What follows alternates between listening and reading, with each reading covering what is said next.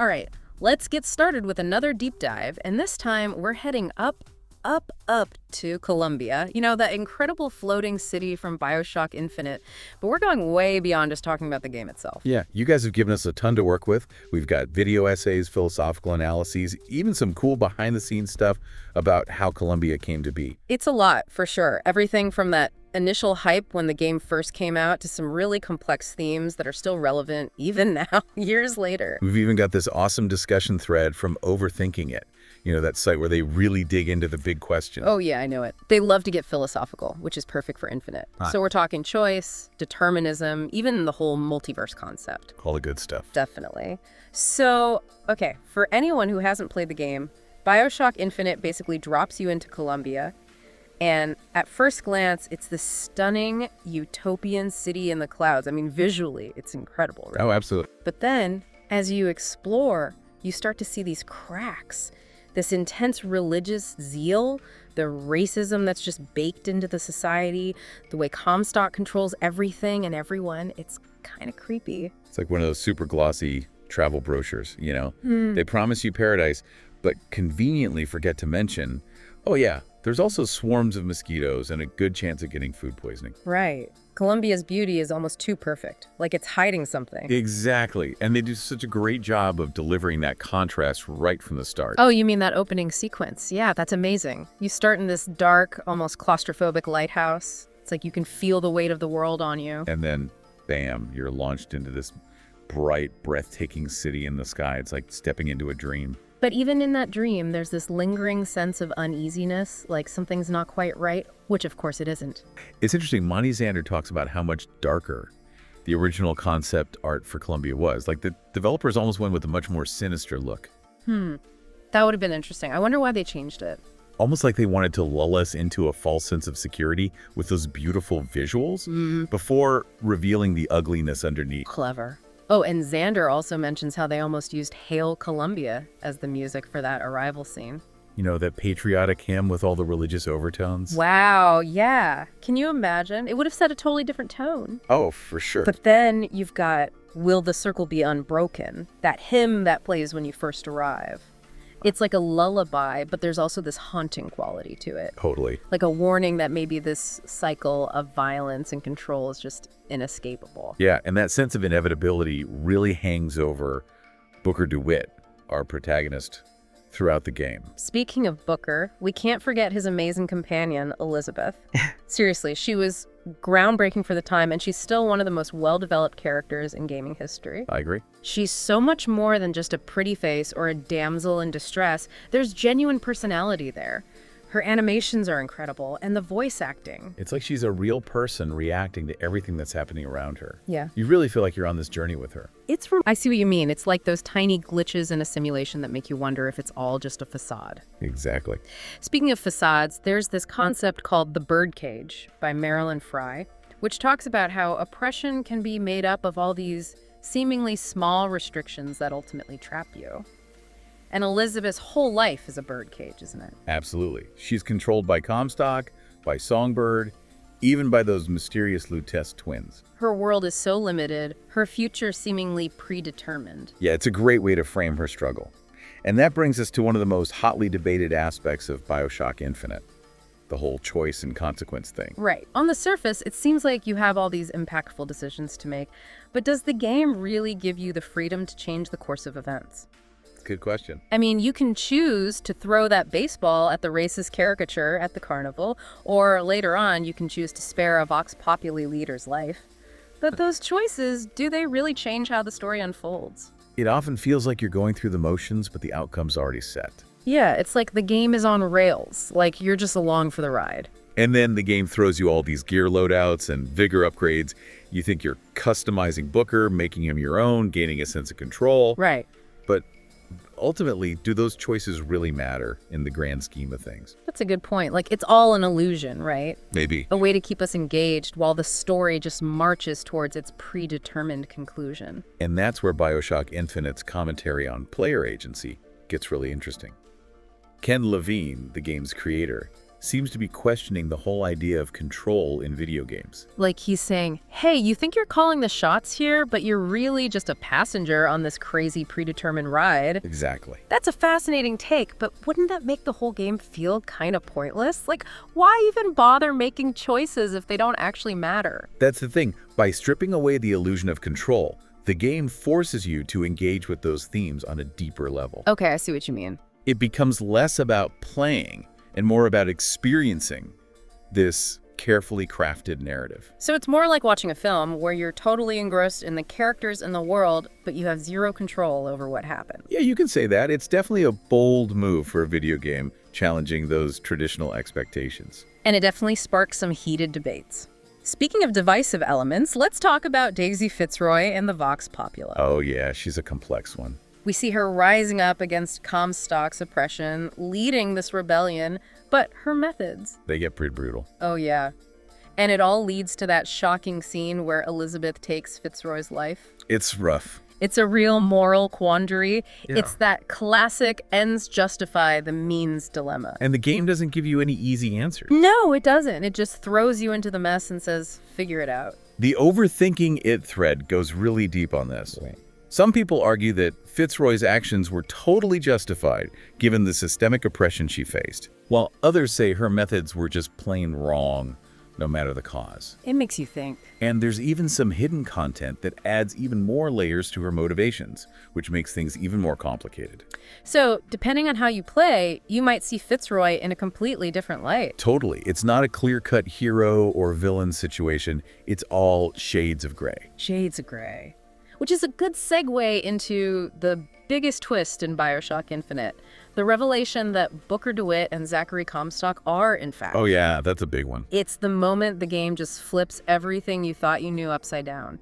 You find out that Booker, our protagonist, and Comstock, the main antagonist, are the same person, separated by this one crucial choice. Mind-blowing, right? Totally.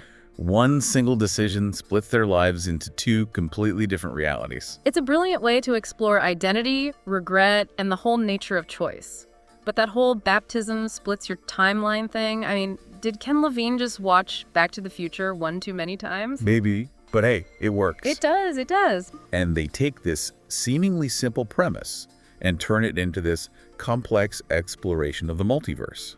It's almost like the game is giving you a crash course in what-if scenarios. Like, what if you had made a different choice? What if one tiny decision could send you down a completely different path? It's a lot to think about. It really is. And the game doesn't shy away from the dark possibilities. I mean, we see how one version of Booker becomes this nationalistic, tyrannical leader. Comstock. Right, Comstock. While the other is haunted by his past, desperately trying to redeem himself. It's a powerful way to show how our choices, even the seemingly small ones, can shape us. But it also raises all those uncomfortable questions about destiny and whether we truly have free will. It's deep stuff. It's like that famous thought experiment. If you could go back in time knowing what you know now, would you actually make any different choices? And Bioshock Infinite takes that thought experiment and turns it into this thrilling, interactive experience. It's pretty amazing when you think about it. And it all comes back to Booker's past, specifically his actions at Wounded Knee. Wisefish's lore video really delves into those events and how they haunt both Booker and Comstock. Yeah, that event becomes this defining moment for both of them. It shapes their paths in such profound ways. Like that saying, we are the sum of our choices. But in Bioshock Infinite, it's more like, we are the sum of our choices across infinite realities. That's a great way to put it. So much to unpack. There really is. We've got Elizabeth's journey, Songbird's role, the implications of Columbia's social structure. All those little details that make this world so rich and disturbing at the same time. Exactly. But for now, let's leave you, dear listener, with this thought. If one decision can split you into such drastically different lives, are any of our choices truly free? It's something to ponder, isn't it? It sure is. It really makes you think about how much of our lives is fixed and how much is truly up to us. Even across all those infinite realities, are there things that just remain constant? Yeah, I see what you mean. Like, no matter what timeline Booker's in, he's always got that debt he's trying to wipe clean. And Elizabeth, well, she's always tied to Songbird, for better or worse. And Monty Xander, he points out how, even when you think you're making these big choices as the player, they often lead to the same outcome anyway. It's kind of like those choose-your-own-adventure books where no matter which path you pick, you end up at the same ending. Oh yeah, I remember those books. So you're saying it's less about changing the course of events and more about just experiencing the different ways those events can play out. Yeah, I think so. The game's mechanics, all those gear loadouts and vigor upgrades, they give you this illusion of choice. But when you play through it multiple times, you realize those choices, well, they don't really change the big picture. I get the determinism argument, I do. But isn't there still something to be said for making the right choice, even if the outcome's the same? Like, doesn't that say something about Booker as a person, about his character? That's a great point. It brings up this whole question of morality within a deterministic framework. If our choices are already predetermined, does that make ethical decisions less meaningful? It's a tough one. It really is. Like, does it even matter if you pick the good option when the bad option was always going to lead to the same result?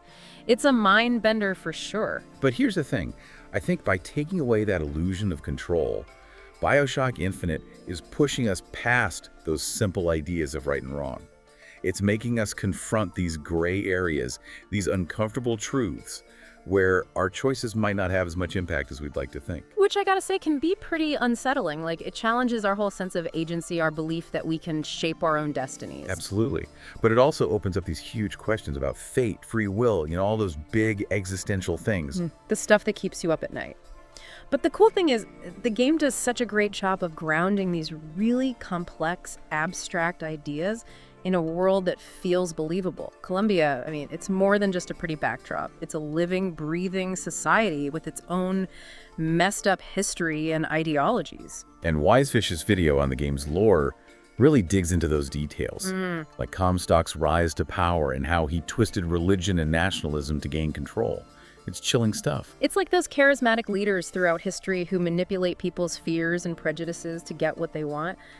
Comstock, he's not so different from some real-world figures when you think about it. And the game shows the human cost of Comstock's ideology, too. Like all those little stories, those glimpses into the lives of ordinary people caught in this system. Remember that tragic story about Hattie Gerst?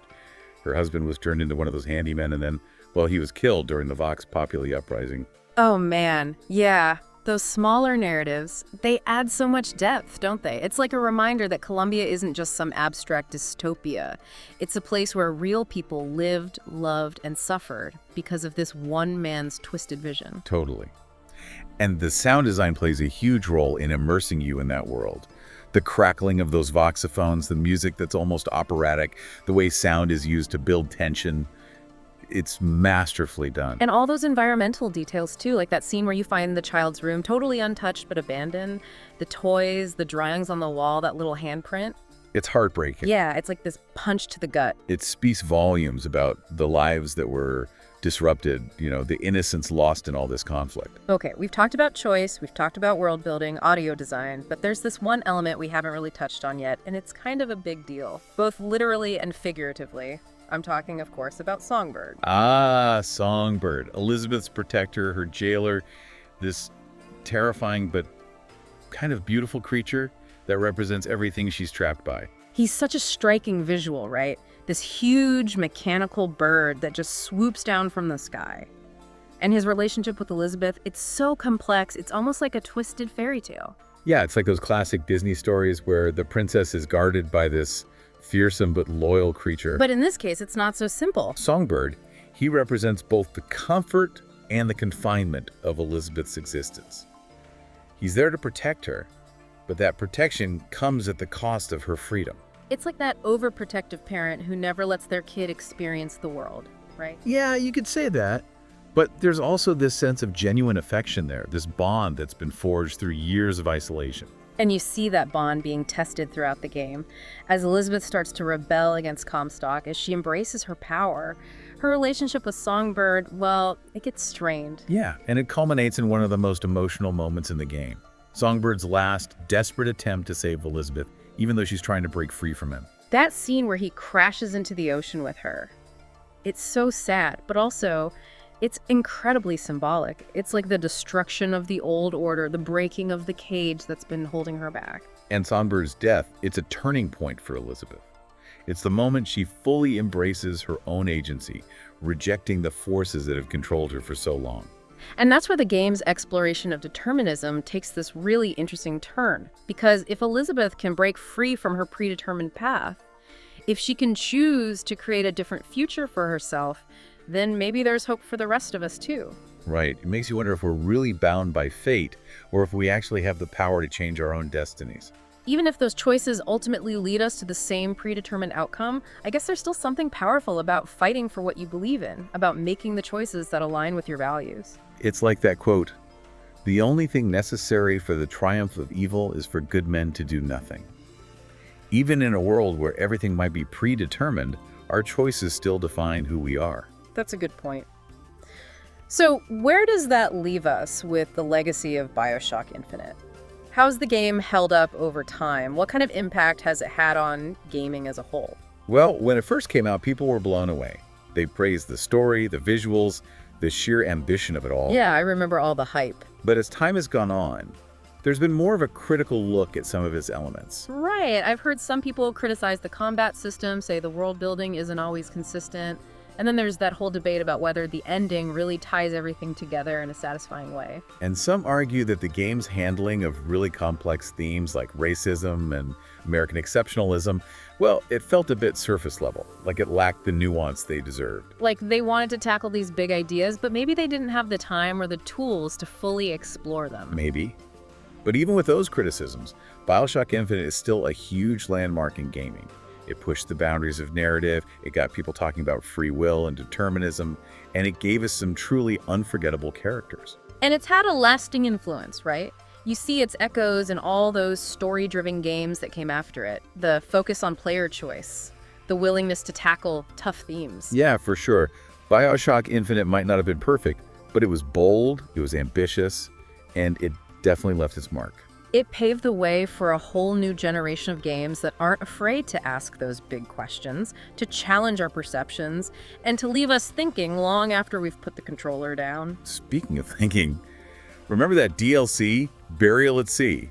The one that tried to tie Bioshock Infinite back to the original Bioshock? Oh yeah, Burial at Sea. Now that's a whole other can of worms. It's got to be the most divisive part of the whole Bioshock Infinite experience. It really is.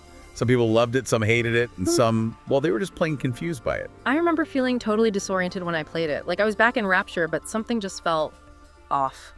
It's definitely a complex and controversial piece of content, and it raises way more questions than it answers when dive into those murky depths. Oh yeah, let's do it. Burial at Sea. Yeah. It's like they took this intricate, beautifully messy tapestry that was Bioshock Infinite and tried to, I don't know, like stitch it onto the original Bioshock, and the threads just didn't quite match up. Yeah, it's like forcing two puzzle pieces together that were never meant to fit. You know? You can kind of make it work, but it's never going to be a clean connection. And playing it, I just felt so disoriented the whole time. Okay, we're back in Rapture, which is cool, but it just feels wrong somehow. And that whole noir film aesthetic, it's gorgeous, don't get me wrong. Visually stunning, yeah. But it clashes with the tone of Infinite. Columbia was so bright, so fantastical. This just feels heavy. And Elizabeth, well, she's not the same Elizabeth we knew from Infinite. Right, she's like a completely different person, all hardened and cynical, and sometimes ruthless even. That scene where she boils the little sister alive to get her out of the vent? Oh my god, yeah. That was brutal. I mean, I guess she was desperate, but it just felt so out of character for Elizabeth. Monty Zander really went in on that scene. He said it totally undermines Elizabeth's whole arc from Infinite, where she chooses compassion and sacrifice over violence.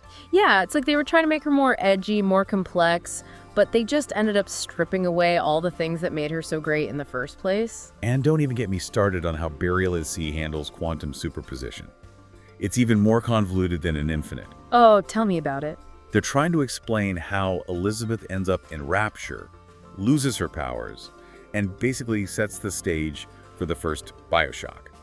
But it's also tangled and paradoxical that it just leaves you with more questions than answers. Right. It's like they took this mind-bending concept and just stretched it way too far. Instead of making the story richer, they just made it a confusing mess. And then there's the big reveal, that the Booker we're playing as in Burial at Sea is actually Comstock. Oh god, yeah. That twist, it felt so forced, like they were just trying to shock us. Right.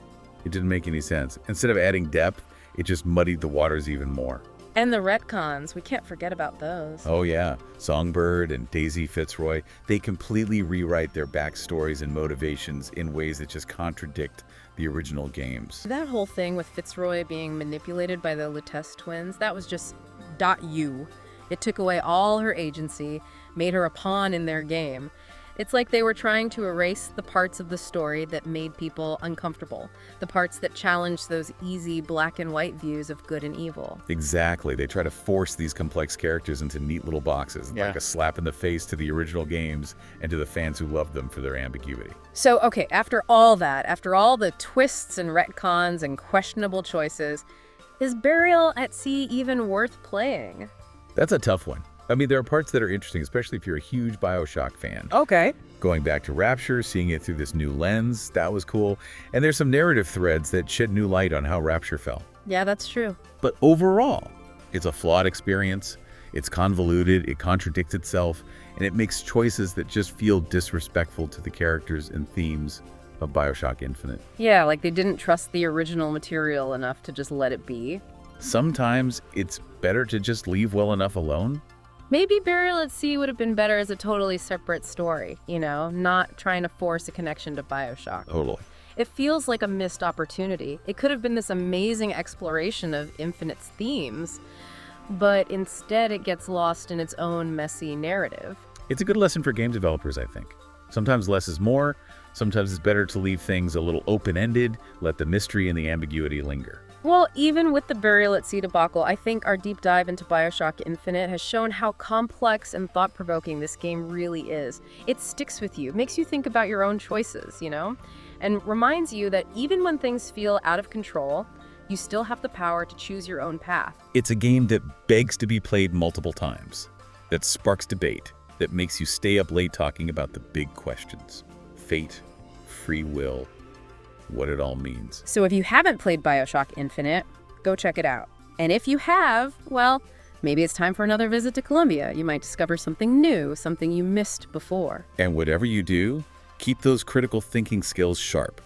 Don't just accept what you see and hear at face value, in games or in real life. Because that's what Bioshock Infinite is all about, right? Thinking for yourself, questioning the status quo, and finding a bit of hope even when things seem bleak. Until next time, keep exploring those infinite possibilities.